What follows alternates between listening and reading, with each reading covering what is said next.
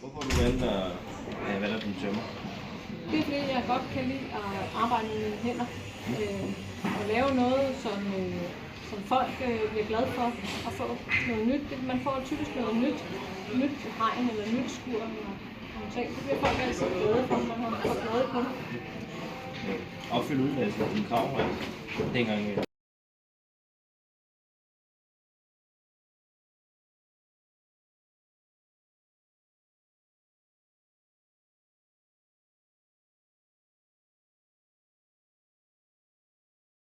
Hvilken uddannelse er du der?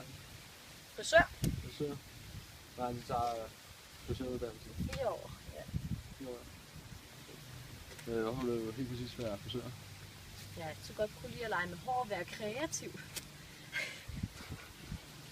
Hvordan er det på EUC? Det er fint nok. Stille og roligt. Folk er meget venlige. Har EUC levet op til dine forventninger? Ja, det har de. Det vil jeg mene, de har. Ja.